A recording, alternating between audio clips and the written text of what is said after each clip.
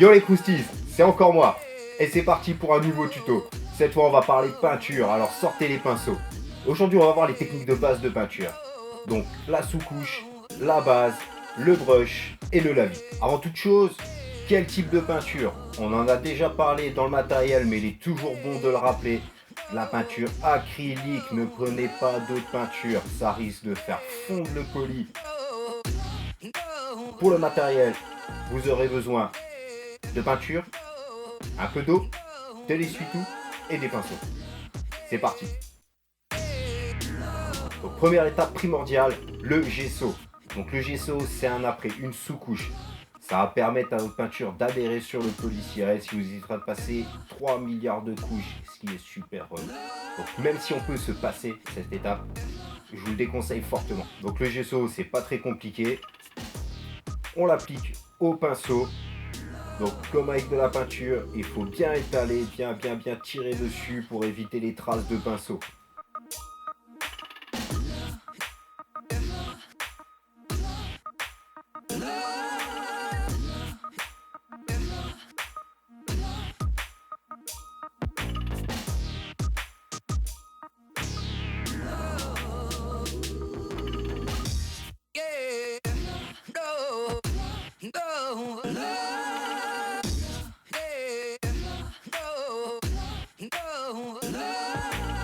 Vous pouvez aussi tapoter avec votre pinceau, histoire de casser les possibles marques de pinceau qui peuvent rester sur le polystyrène.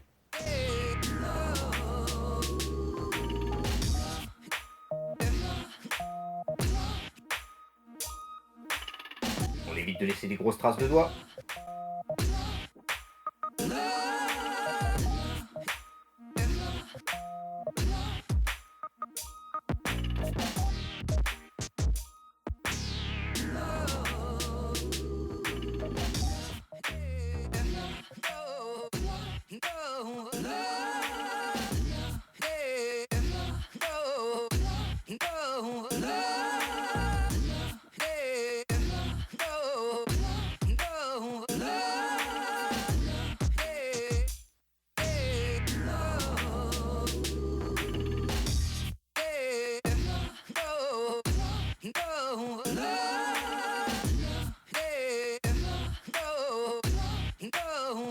Quand c'est bon, on laisse sécher. L'avantage du gesso, c'est que ça sèche super vite. Donc maintenant, on attaque notre couleur de base. Donc ici, j'utilise la peinture de base de merde, mais c'est pas grave. Tout ce qu'il nous faut, c'est un gris. Donc le gris, vous pouvez le faire soit vous-même avec du noir et du blanc en mélangeant à différentes doses pour obtenir la teinte de gris que vous voulez, soit en achetant directement le gris que vous voulez. Moi, c'est ce que j'ai fait par fainéantise.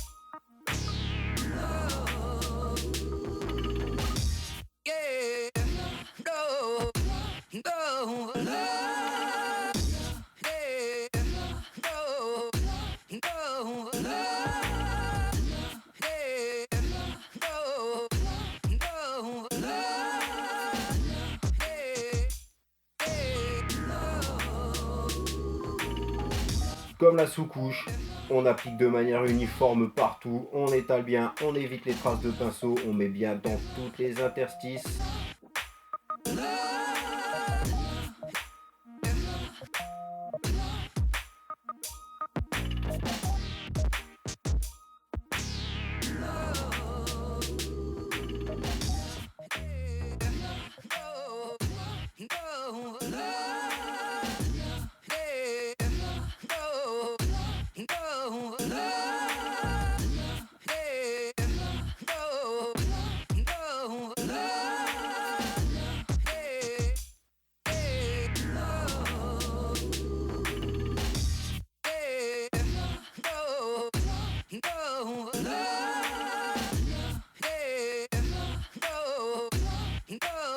On n'hésite pas à tapoter pour casser les marques de pinceau.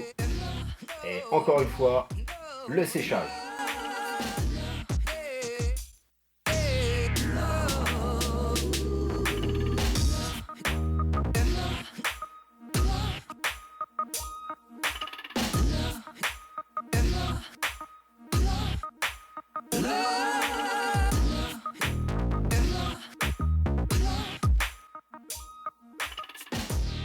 Voilà, on apporte des choses sérieuses, le brossage à sec ou dry brush en anglais. Vous avez vu l'accent? Donc le brossage à sec consiste à tremper légèrement son pinceau dans la peinture, essuyer un maximum le surplus sur de l'essuie-tout et venir brosser sa surface de manière plus ou moins appuyée en fonction du rendu que l'on veut obtenir. Le brossage à sec permet à la peinture de se déposer sur les reliefs de notre surface, ce qui va les faire ressortir. Règle importante du brossage à sec, le plus souvent, on utilise une couleur plus claire que celle de base. Donc pensez à choisir comme couleur de base quelque chose de plus foncé que ce que vous voulez.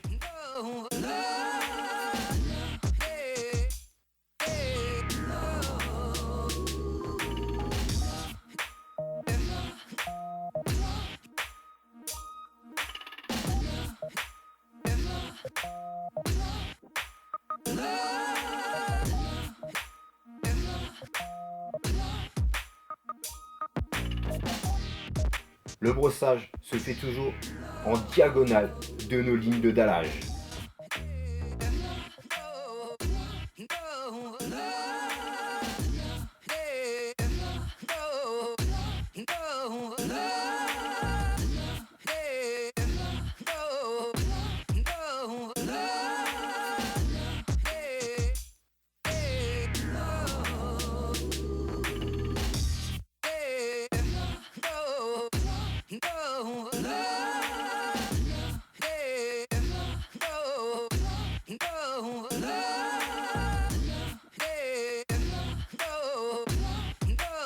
On a choisi de vous présenter deux teintes différentes, sur une base de gris et sur une base de marron, histoire d'explorer plus de possibilités.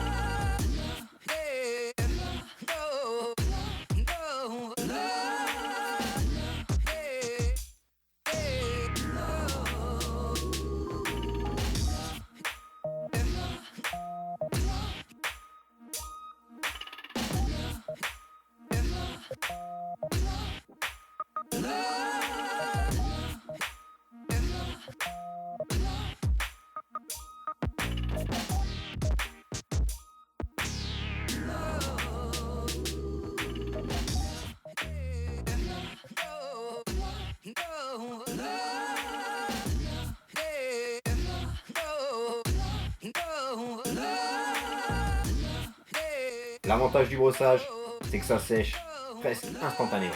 Donc on peut attaquer tout de suite la phase suivante. Donc le lavis, sur le principe, c'est l'inverse du brossage. Ici, le but est que la peinture aille dans les creux, donc dans les reliefs les plus bas, les plus profonds. Et donc on utilise une couleur plus foncée. Ici un lavis noir. Pour commencer, dans un verre, un petit peu de peinture noire, un peu d'eau, on mélange bien. On rajoute un peu d'eau si nécessaire. Sur la quantité d'eau, il n'y a pas de vérité absolue. Plus ce sera dilué, plus votre lavis sera clair. Moins c'est dilué, plus il sera foncé, plus il marquera, plus il couvrira le décor. Une fois le mélange bien homogène, encore une fois un pinceau, et là on applique sur tout le duo. Alors il arrive Qu'en l'appliquant, ça fasse des petites bulles, vous pouvez taper dessus, essayer de les glisser, de les enlever, c'est pas bien dramatique.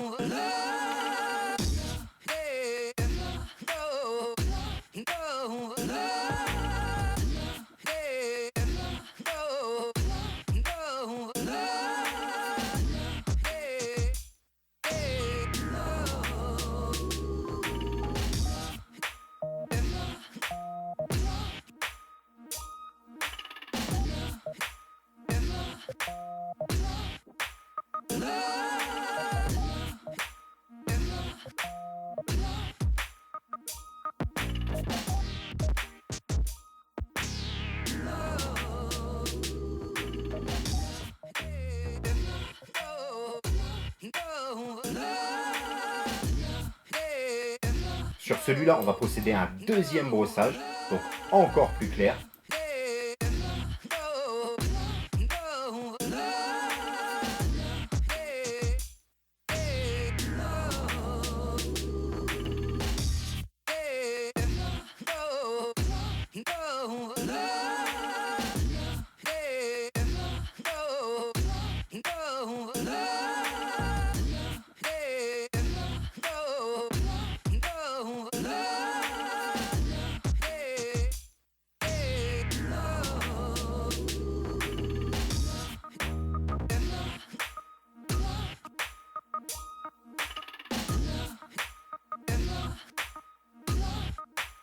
Vous pouvez aussi appliquer le brossage de manière circulaire, ce que j'appelle donc un brossage circulaire. C'est bien, il y en a qui suivent. Donc le rendu n'est pas le même qu'un brossage classique, comme vous pouvez le voir. Ça donne une teinte moins homogène, plus irrégulière. Donc les deux façons de faire sont bonnes, c'est comme toujours, en fonction du résultat que vous voulez obtenir. Et voilà, nos deux socles sont prêts. Donc ici pour rappel, une base de gris ciment, un brossage blanc et un lavis noir. Et pour le deuxième, une base terre d'ombre naturelle, un brossage terre de sienne brûlée et un deuxième brossage terre de sienne naturelle. Et voilà, c'est tout pour les techniques de peinture. Qu'on vous a présenté, c'est pas une règle absolue. Le but était de voir les techniques principales. Maintenant, libre à vous de les mélanger, de les cumuler, de faire autant de brossage, autant de lavis que nécessaire. Parfois, un simple brossage et un simple lavis suffit. Des fois, pas besoin de lavis. Peu importe. Expérimentez avec les différentes couleurs. Essayez de retrouver la teinte que vous voulez obtenir pour votre décor. Donc, à vos pinceaux et faites-vous plaisir. Comme d'habitude, n'hésitez pas à vous lâcher sur le petit pouce bleu, ça fait plaisir. Des commentaires pour nous donner vos avis, vos idées de futurs tutos. Vous nous retrouvez sur les réseaux sociaux, Facebook, Twitter, Instagram, comme d'habitude, le site crousticrou.com. Maintenant, je vous laisse vous éclater à la peinture. A plus les croustilles.